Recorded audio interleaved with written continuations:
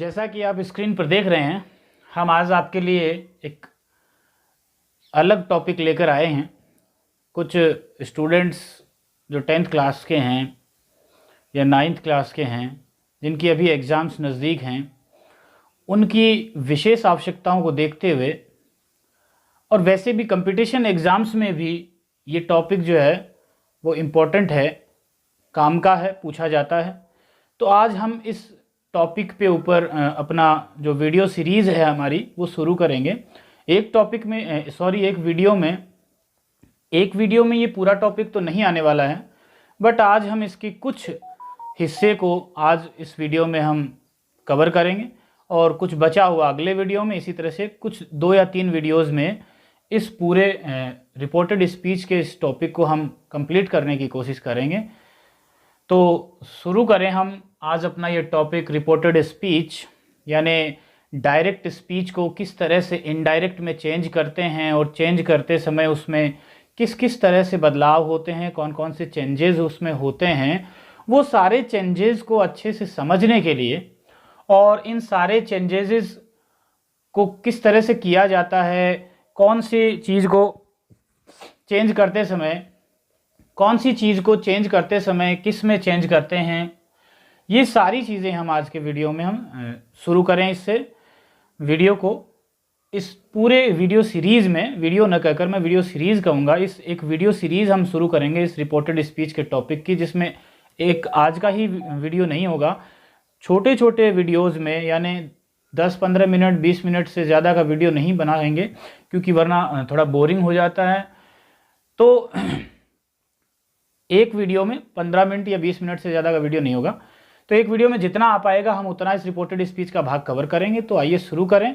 शुरू करने से पहले वही अपील करता हूं, चैनल पर जो भी आ रहे हैं चैनल को सब्सक्राइब कर लें, बेल आइकन जो है वो प्रेस कर दें ताकि, और बेल आइकन प्रेस करते समय एक चीज़ ज़रूर ध्यान रखें कि आपको उसके अंदर जो ऑल नोटिफिकेशन का जो बटन होता है उसी पर क्लिक करना है, जिससे आपको सारे वीडियोस की नोटिफिकेशन जैसे ही वीडियो अपलोड होता है आपके पास पहुंच जाए।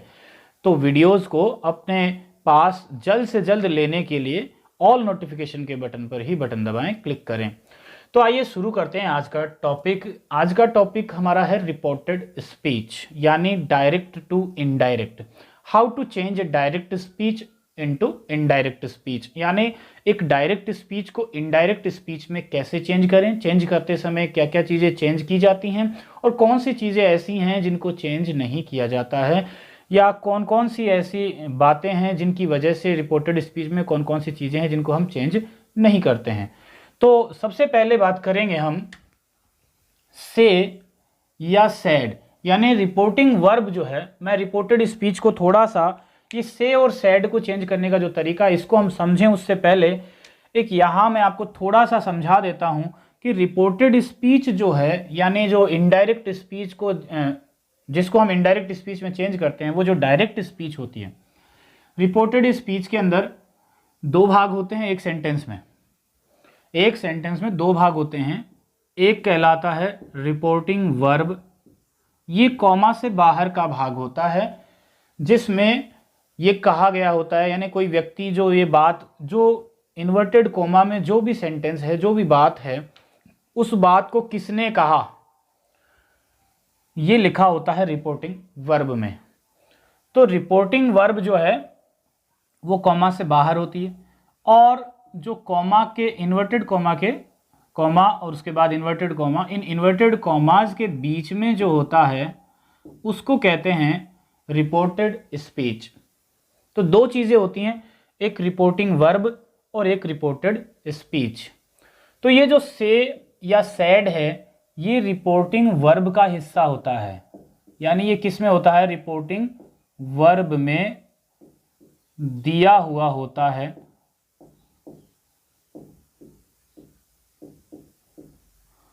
ये रिपोर्टिंग वर्ब में दिया हुआ हो, यानी रिपोर्टिंग वर्ब में यदि से दिया हुआ है तो किस तरह से चेंज करेंगे, यानी से के स्थान पे क्या लिखेंगे। यदि रिपोर्टिंग वर्ब में सैड दिया हुआ है तो उसको उसके स्थान पर क्या वर्ड यूज करेंगे, कौन सा शब्द उसके स्थान पर लगाएंगे।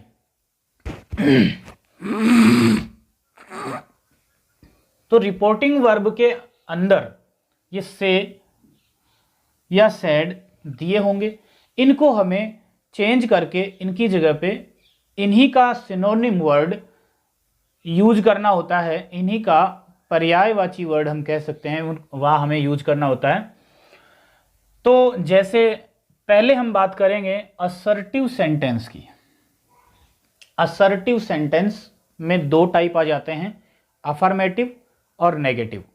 यानी कि ये जो इन्वर्टेड कॉमा वाला जो सेंटेंस है, इन्वर्टेड कॉमा में क्या होता है, रिपोर्टेड स्पीच होती है, जिसको डायरेक्ट स्पीच भी कहते हैं। तो इन्वर्टेड कॉमा के बीच में जो लिखा हुआ है, जो डायरेक्ट स्पीच है, जो रिपोर्टेड स्पीच है, उस रिपोर्टेड स्पीच का जो सेंटेंस है वो अगर असर्टिव है, असर्टिव यानी साधारण, अर्थात असर्टिव मीनिंग अफर्मेटिव और नेगेटिव। असर्टिव का मतलब क्या है, उसमें अफर्मेटिव भी हो सकता है, नेगेटिव भी हो सकता है। तो हमारा ये जो इन्वर्टेड कॉमा वाला सेंटेंस जो है, जो रिपोर्टेड स्पीच है, वो अगर अफर्मेटिव है या नेगेटिव है, तो उसमें से को किस तरह से चेंज करेंगे। यानी फिर अगर हम इनडायरेक्ट स्पीच में चेंज कर रहे हैं, यानी रिपोर्टेड स्पीच अफर्मेटिव या नेगेटिव सेंटेंस में, जिसको साधारण वाक्य कहते हैं, असर्टिव सेंटेंस कहते हैं, उसमें अगर कोई रिपोर्टेड स्पीच दी हुई है, तो रिपोर्टिंग वर्ब में दिया गया जो से या सैड है, उसके स्थान पर क्या लगाएंगे। तो सबसे पहले तो नंबर एक पे आप देखेंगे, यदि रिपोर्टिंग वर्ब में से दिया हुआ है, यदि रिपोर्टिंग वर्ब में से दिया हुआ है, तो उसको हम टेल में बदल देंगे। लेकिन कंडीशन है, से को टेल में बदलेंगे, पर कब बदलेंगे, जब रिपोर्टिंग वर्ब में ऑब्जेक्ट दिया हो। फॉर एग्जाम्पल, उदाहरण के लिए, जैसे यहां लिखा हुआ है, कमल said to मोहन। मान लीजिए ये रिपोर्टिंग वर्ब है, ये भाग है reporting verb, Kamal said to Mohan. तो ये जो रिपोर्टिंग वर्ब है, इसमें सैड टू के बाद देखिए मोहन दिया हुआ है, ये एक ऑब्जेक्ट है इस रिपोर्टिंग वर्ब का। तो रिपोर्टिंग वर्ब का जो ऑब्जेक्ट होता है वो अगर दिया हुआ है, तब तो सैड को टोल्ड में बदल देते हैं, या से को हम टेल में बदल देते हैं, या सेज को टेल में बदल देते हैं। चलो यहां पे हम सेज कर लेते हैं, सेज यानी कमल सेज टू मोहन। पहले हम वो समझ रहे हैं ऊपर वाला, तो सेज ही समझ लेते हैं। तो कमल सेज टू मोहन, कमल अगर मोहन से कहता है, यहां पे से के बाद ऑब्जेक्ट मोहन दिया हुआ है, अगर ऑब्जेक्ट दिया हुआ है तो से का टेल हो जाता है, ऑब्जेक्ट दिया हो तो। लेकिन अगर ये रिपोर्टिंग वर्ब इतनी ही दी हुई हो, अगर ये रिपोर्टिंग वर्ब इतनी ही दी हुई हो, कमल सेज, तब क्या होगा, सेज का सेज ही रह जाएगा, रिपोर्टिंग वर्ब में ऑब्जेक्ट नहीं दिया हो तो। यानी रिपोर्टिंग वर्ब में इस भाग में, जो इन्वर्टेड कॉमा के बाहर वाला भाग होता है, उसमें अगर ऑब्जेक्ट दिया हुआ है, यदि रिपोर्टिंग वर्ब में ऑब्जेक्ट दिया है, तो से का टेल और सेज का टेल्स हो जाएगा। ये ब्रैकेट में एस लगाने का मतलब आप समझ लें, यदि रिपोर्टिंग वर्ब में से में एस लगा हुआ है, तो टेल में भी एस लग जाएगा, टेल्स।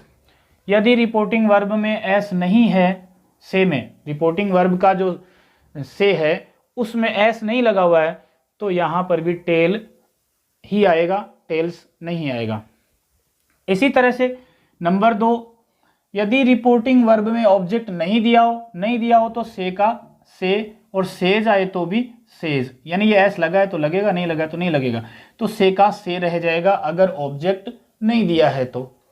ऐसे ही अब बात करते हैं सैड की, जो मैंने पहले लिख लिया था एग्जाम्पल। जैसे Kamal said to me, Kamal said to me, तो सैड टू का ऑब्जेक्ट यहाँ पे दिया हुआ है मी, ये रिपोर्टिंग वर्ब का ऑब्जेक्ट है। तो ये Kamal said to me, me object है, यहाँ पे सैड टू के बाद ऑब्जेक्ट दिया हुआ है। जब सैड के बाद ऑब्जेक्ट आ जाए रिपोर्टिंग वर्ब में, यदि रिपोर्टिंग वर्ब में सैड के बाद ऑब्जेक्ट आ जाए, ऑब्जेक्ट दिया हो, तब क्या करेंगे, तब सैड को टोल्ड में बदल देंगे।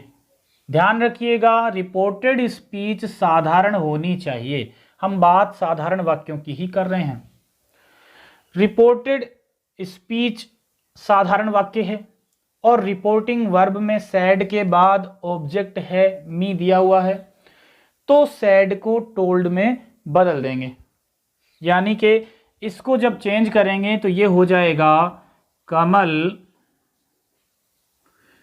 टोल्ड मी, इस तरह से लिखा जाएगा। तो सैड को टोल्ड में बदला जाता है अगर ऑब्जेक्ट दिया हो, रिपोर्टिंग वर्ब में ऑब्जेक्ट दिया हो, जैसे मी दिया हुआ है। समझ गए होंगे आप। इसी तरह से सैड को सैड भी रख देते हैं, कब, यदि रिपोर्टिंग वर्ब में ऑब्जेक्ट नहीं दिया हो, यानी कि ये इतना ही होता, अगर ये इतना ही होता, कितना होता, कमल सैड, इतना ही होता, कमल सैड इतना ही होता, तब ये क्या हो जाता, कमल सैड का सैड ही रह जाता, फिर इसको टोल्ड में चेंज नहीं करते। समझ गए होंगे आप। तो ये था साधारण वाक्य में से या सैड को किस तरह से चेंज किया जाता है। अब बात करते हैं प्रश्नवाचक वाक्य की। प्रश्नवाचक वाक्य क्या है? प्रश्नवाचक वाक्य यानी इंटरोगेटिव सेंटेंस, और ये इंटरोगेटिव सेंटेंस कौन होगा, वही रिपोर्टेड स्पीच। यानी हम इसको समझ सकते हैं कि अगर रिपोर्टेड स्पीच जो है वो प्रश्नवाचक हो, रिपोर्टेड स्पीच प्रश्नवाचक हो, यानी सैड को आस्क्ड में बदल देंगे। कब बदलेंगे? रिपोर्टेड स्पीच का जो सेंटेंस है वो प्रश्नवाचक अगर है, उसमें इंटेरोगेशन का साइन लगा है, उसमें शुरुआत जो है वो WH वर्ड्स से हो रही है या शुरुआत हेल्पिंग वर्ब्स से हो रही है, तो रिपोर्टेड स्पीच का वाक्य अगर प्रश्नवाचक हो तो सैड को आस्क्ड में बदलते हैं। अब इसमें एक चीज है कि प्रश्नवाचक वाक्य में सैड के बाद ऑब्जेक्ट हो या नहीं हो, सैड को आस्क्ड में बदला ही जाता है, ये बदलता ही है, यानी सैड का सैड नहीं रहेगा। इंट्रोगेटिव सेंटेंसेस में इनडायरेक्ट में चेंज करते समय सैड का आस्क्ड करना ही है। तो ये हो गया इंटरोगेटिव सेंटेंस। अब बात करते हैं इंपेरेटिव सेंटेंस की। अब बात करते हैं इंपेरेटिव सेंटेंस की। तो इंपेरेटिव सेंटेंस में आप देखेंगे सबसे पहले, यदि रिपोर्टेड स्पीच में जो वाक्य है उसका भाव आदेश का हो, यानी जो सेंटेंस लिखा गया है रिपोर्टेड स्पीच में, यानी इन्वर्टेड कॉमा में जो रिपोर्टेड स्पीच है, ये रिपोर्टेड स्पीच अगर ऑर्डर का भाव देती है, यानी इसमें अगर कोई आदेश दिया जा रहा है इस वाक्य में, तो सैड को किस में चेंज करेंगे? ऑर्डर्ड में चेंज कर देंगे। ऐसे ही यदि रिपोर्टेड स्पीच का वाक्य जो है उसमें सलाह का भाव हो, यदि रिपोर्टेड स्पीच में एडवाइस का भाव हो, यदि रिपोर्टेड स्पीच क्या हो, एक एडवाइस हो और उसमें एडवाइस का भाव हो, तो सैड को किस में चेंज कर देंगे? एडवाइज्ड में चेंज कर देंगे। किस में? एडवाइज्ड में चेंज कर देंगे। यदि रिपोर्टेड स्पीच का जो सेंटेंस है उसमें निवेदन का, उसमें रिक्वेस्ट का भाव है, जैसे कि वो सेंटेंस प्लीज या काइंडली के साथ शुरू हो रहा है, या प्लीज या काइंडली उस सेंटेंस में दिया हुआ है, तो ऐसे सेंटेंस में सैड दिया हुआ हो तो सैड को रिक्वेस्टेड में चेंज करते हैं। यानी कि रिपोर्टेड स्पीच में